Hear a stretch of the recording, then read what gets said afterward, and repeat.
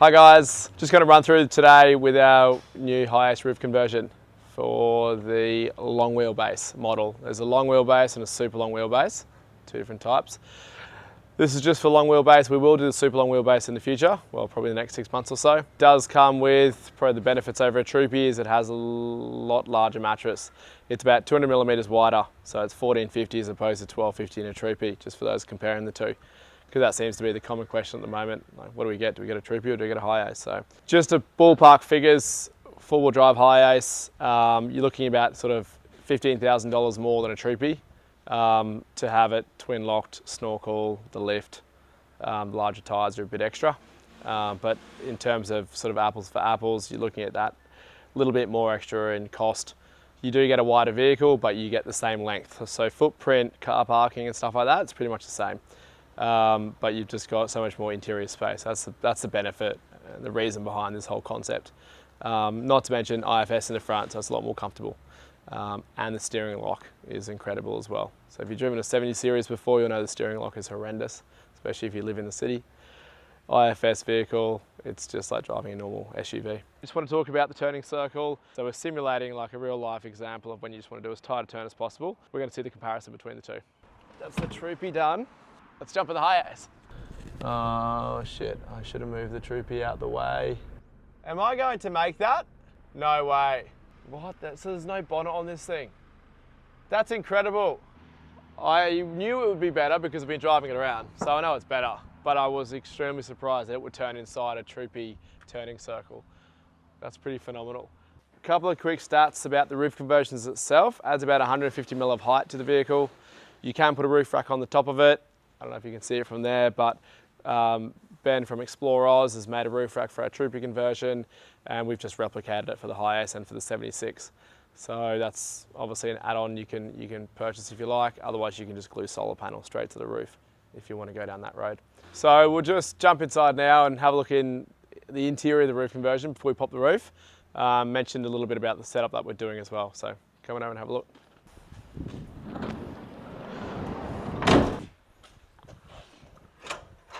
So the rear bar, we've had a chat with Cruiser Company, and I asked him very nicely if he could do a rear bar for it, and he reluctantly agreed. So we ended up with the best rear bar you can get on the market for the concept vehicle. Seems to be a bit of a hit on his social media, which is nice to see. It is a pretty good idea having a four-wheel drive van, because a lot of van life people, that's usually why they transition into a Troopy, because they just want to start doing the off-road stuff. So immediately they're just reducing the size of the vehicle, or the internal size, so it ticks that box as well. Towing capacity, 1.7 tonne towing capacity on the van. Unfortunately, it's not 3.5 tonne like a Cruiser, but it doesn't have a ladder frame chassis. It also means you've got a bigger payload, so 4 tonne GVM, but you've got a 1.5, 1.6 tonne payload, as opposed to a Cruiser, which is probably half that. Maybe we should just talk about internal dimensions. I touched on in the last video. Let's get a bit more serious about it before I go into our ideas for the fit out. So width of the van, it's a square van. Width of the van, 1750, 1760. The Troopy is 1430. So immediately you're 330 mil wider than the Troopy. Wheel arches are a bit bigger in here. There's 1260 here. The Troopy was 1030. So your wheel arches are 230 mil wider. You can fit a pallet in here, not that you're going to do it when you're touring, but we did notice it the other day. So your overall width of the van, 330 wide, 330 wider. I'm yet to figure out what the actual wheel track is, because it doesn't feel 330 wider when you're driving it. It does with the 35s, but when you're parking it in the city, it just feels like a normal car. Length, I measured from the back of the console, center console on the Troopy, to that plastic trim, 2740. So, geez, that's huge. 2740 in the HiAce, and the Troopy was 2130 or something. Jesus. So you're about, the HiAce is about 600 mil longer. That's pretty considerable. Not to mention it's square as well. So the width of it up here is nearly the same as it is down here. It is. If you do a direct line from there to here, it is in line. Whereas the Troopy comes in quite a fair way, which is how you get the narrow bed on the Troopy. Bed base or mattress, the bed base is smaller, the mattress is wider. So when it goes up and down, the bed base doesn't hit the canvas. The mattress is $14.50 in this, and the Troopy is about $12.50. So you're looking at about 200mm difference in the width of the mattress. The overall length is the same, just over 1900 long. You could quite easily make it longer if you wanted to in both vehicles. We're just trying to compromise between access doors and bed to make it easy to get up and down. Be nice to remove these because they don't really use them anymore once you do the 4x4 conversion. But I'm not sure we could get it through ADR compliance. We will look into it. It's worth a shot. Otherwise, a bit of a false floor would be nice. We're thinking false floor in here, a couple of drawers, deep drawers underneath it to pull out the back. And a massive couch here that slides out into a bed downstairs, so you can do stealth camping if you want to, or if you've got kids that sleep downstairs. And then this part of the cabinet, or part of the couch, will fold up. The lid will lift up, obviously storage cabinet there, and we're going to put a shower cubicle here, like a lift up shower cubicle. So it'll be a toilet in there, like a portable toilet that you can lift out, and then you can stand inside there, lift up a curtain, push the bed up into the air, and then attach the curtain to the underside of the bed, and then you've just got an internal shower. So I think that's probably the big advantage with the van. You've got the size to be able to do that. We're talking with, well, we have been for a while now, because it was Andrew's idea originally, 4x Overland, Andrew St. Pierre White. So his idea was to come up with a 4-wheel drive HiAce and take over compare it with the Troopy. We've jumped on board that with him to build the roof conversion. You've probably seen his videos anyway. But he's also working with Heine Klarman to develop an electronic system to go in it. So instead of 12 volt, we're thinking, or he's thinking a 48 volt system, which just allows you to have smaller wiring, but way more power. So Heine's coming up with the system, 48 volt system, like 10,000 watt inverter, 2,000, 3,000 amps of lithium, pretty serious stuff. So you can run an air conditioning unit in here, literally turn it into a house. And then 48 volt system allows you to have things like instant hot water. So it's like an iPad that sits on the wall, plug in 2 hose pipes and get instant hot water out of it. So pretty impressive bit of kit. We'll see how that progresses, because we will be trying to utilize it if we can. We're thinking of pull-out kitchen in the van. I've got it in my Defender, and it's probably the best part of it, aside from the roof conversion. But the kitchen, you can cook inside when the weather's bad, or if the flies are bad, which they are if you go west or inland. So you want to be able to cook inside comfortably. So a kitchen that's across the car. You've got a 130 litre fridge behind the driver's seat. You've got a dual burner induction cooktop here, so you can still climb through from the front seats, and then like a sink, hot cold water pull out tap, maybe some overhead storage as well, which we're trying to figure out how to engineer that. But bottom line is, kitchen's inside, the whole kitchen will pull outside the vehicle. So, because you want to be cooking outside most of the time if you can. So slide it out, do your thing, slide the whole thing back in again. That will consume a fair bit of this area, so it will be a narrow walkway here, but it's a concept, so we'll just figure out and see how we go. So the access door on the HiAce here is 400mm wide. It's the same width as the bed. 400 here and 400 at the front. The conversion goes to about that point there on top. So you've got 800mm of mattress up the front here as well. 800mm by 1450 wide. If you've got young kids that you're traveling with, because you can buy these vans with it. It's called a crew van. You can buy it with a 3-seater bench seat across the back here, and it's got 2 sliding doors. We've got one on order, so if anyone wants to pick it up and play with it, you can do. But essentially, yeah, if you've got kids in the back, you could allow that to be your sleeping space for them. Otherwise, we are thinking about removing the access door, which would allow you to have internal latches. So it's the same as the Troopy. You take the access doors out, you can have internal latches. It's a little bit messier because you're going to have canvas and stuff that you're going to be able to see. It's not going to be a nice timber lining. But that's probably going to make it easier to use the van, open and close the roof from inside, and then you don't have to go outside at all. It's probably worth noting just on that, because a lot of people with the Troopy were concerned about our external latches, and you kind of in a situation where you do need to get away from where you are, you can still just climb down and pull the roof down from inside and then just do your latches up later on. The number of times I've driven off with my latches open and the roof's never popped up. Well, it physically couldn't pop up unless you were to roll the car over on a Troopy or a Defender. Obviously with the HiAce, the roof hinges at the back. So yeah, if you got wind under it, could lift it up, but We actually did testing with this because we had to simulate the latches failing at 100 k's an hour, and the roof doesn't move anywhere. It can't pop, doesn't pop. The way the aerodynamics are of it, it's actually pushed down like a spoiler. So in an emergency situation, you can climb down, close the roof and drive off and just do latches up later on. So keep that in mind if you are concerned about the external latches. All right, let's go upstairs and get this thing open.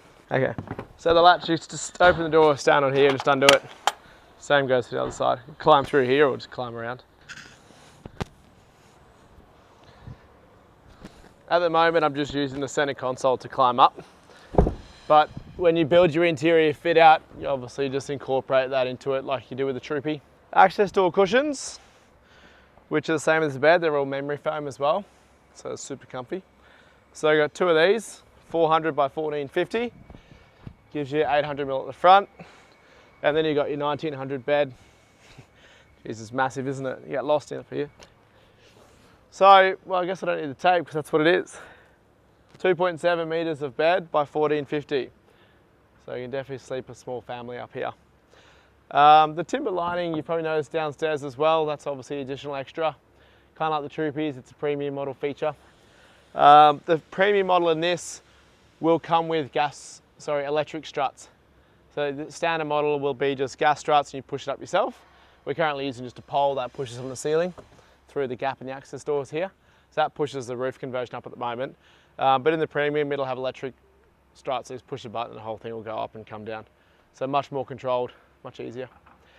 And obviously timber lining. So you've got USB ports down the bottom, USB and USB-C on each side. Got your light switch in here to power your lights on and off. The premium model will come with red and white lights like the Troopy does. So that's pretty well the same there. In terms of height here, what am I, 170, 172?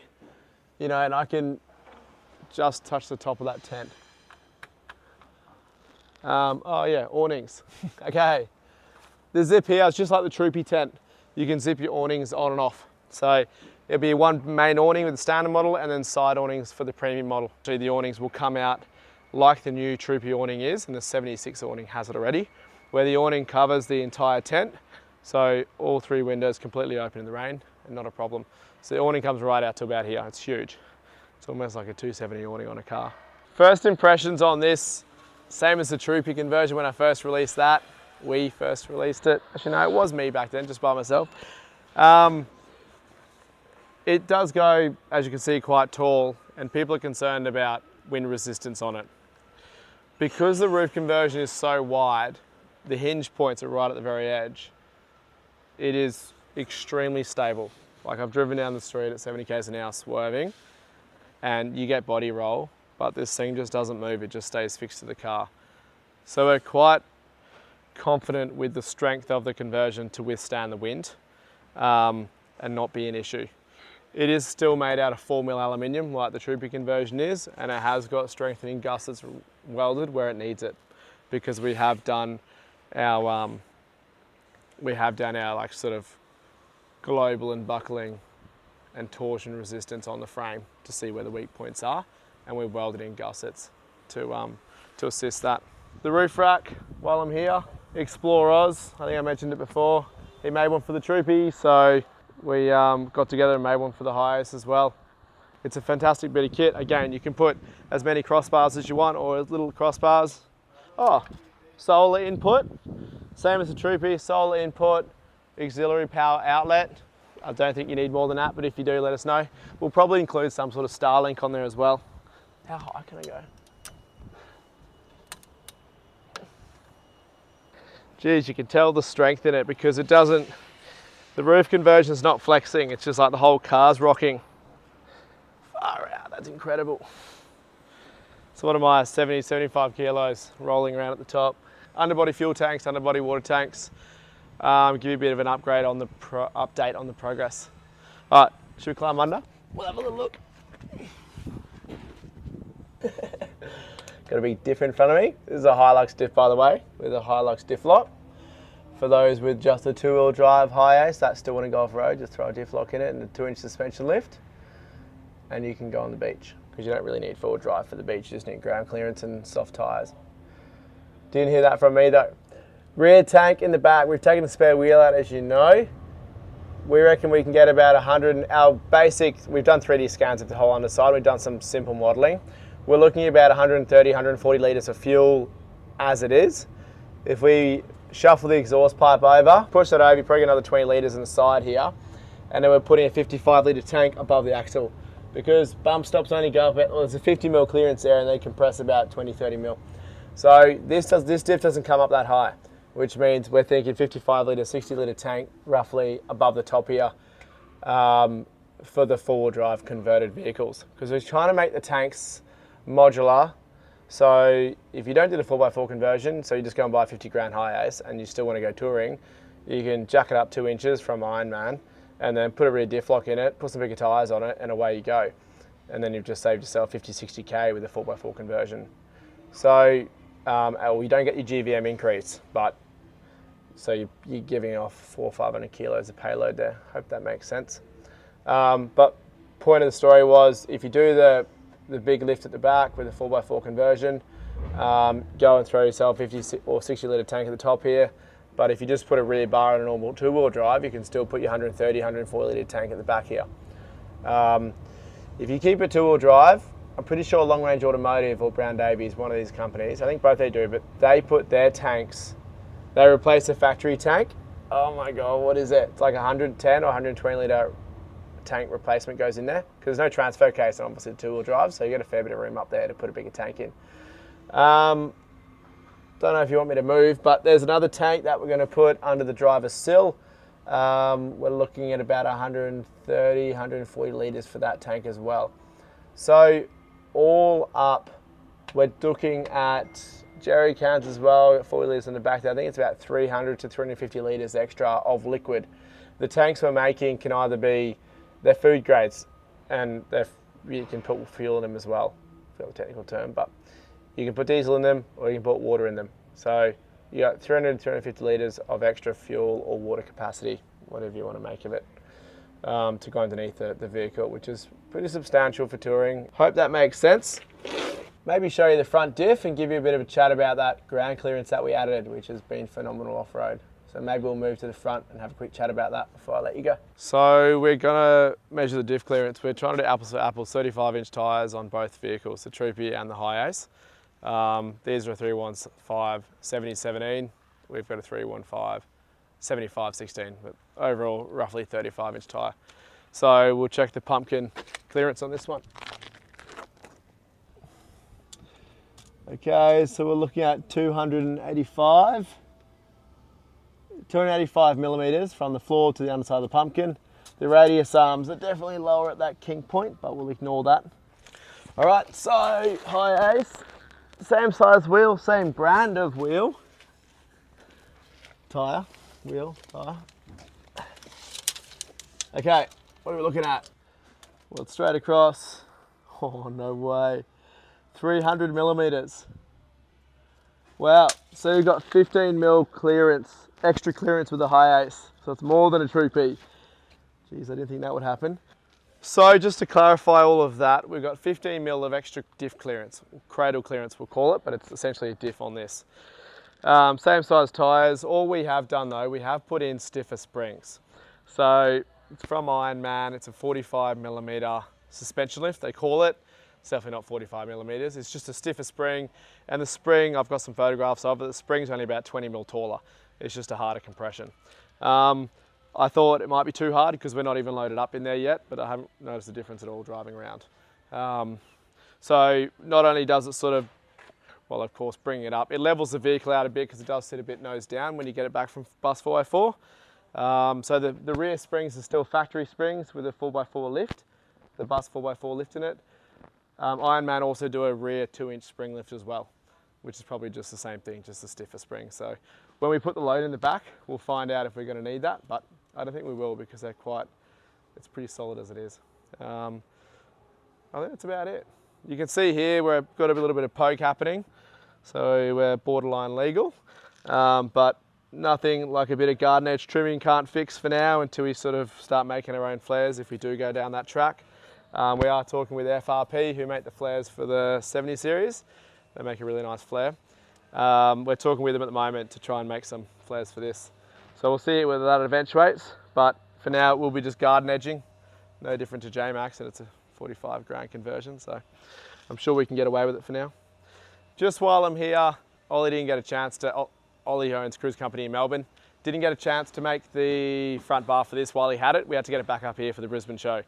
However, we've got Andrew sending his HiAce over from WA, sending it over to cruise company to get the rear bar, the front bar happening. Keep calling it rear bar. Front bar happening, it's getting a winch in it as well, and it's going to be a full bumper replacement. So pull this away, it'll be a nice compact unit.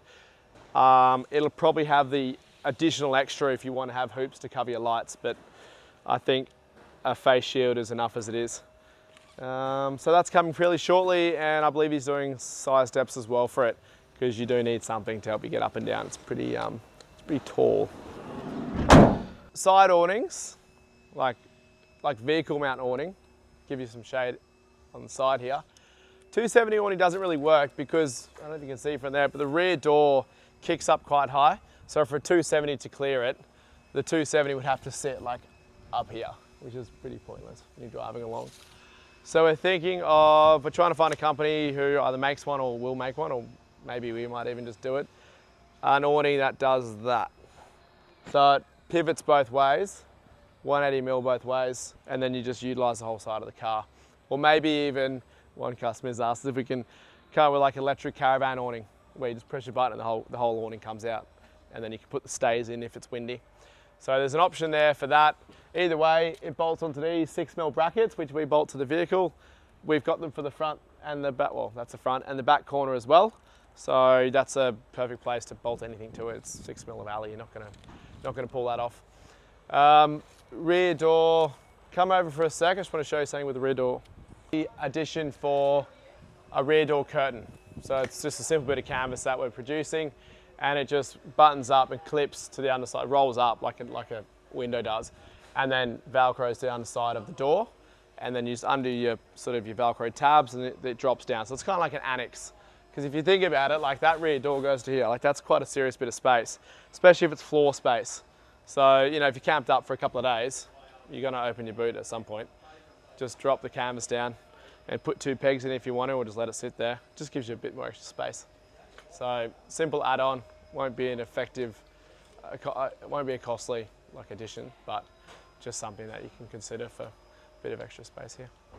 That's a bit of a wrap up for the HiAce conversion. What we've done to date with the vehicle. I think the next video is probably going to be a bit more of the concepts of the interior fit out, and we'll start showing you some mock-ups of these underbody tanks as well. Sure, the front bar's not far off either, but I think one of the big videos that a lot of Troopy customers are questioning at the moment is how it's going to go off-road compared to the Troopy, now that we have got the larger lift and larger tyres on it. So I'm sure we'll be venturing back out to Glasshouse Mountain sometime soon, so I guess stay tuned for that. I'm sure it'll be a bit more of an even contest this time. Cool, thanks.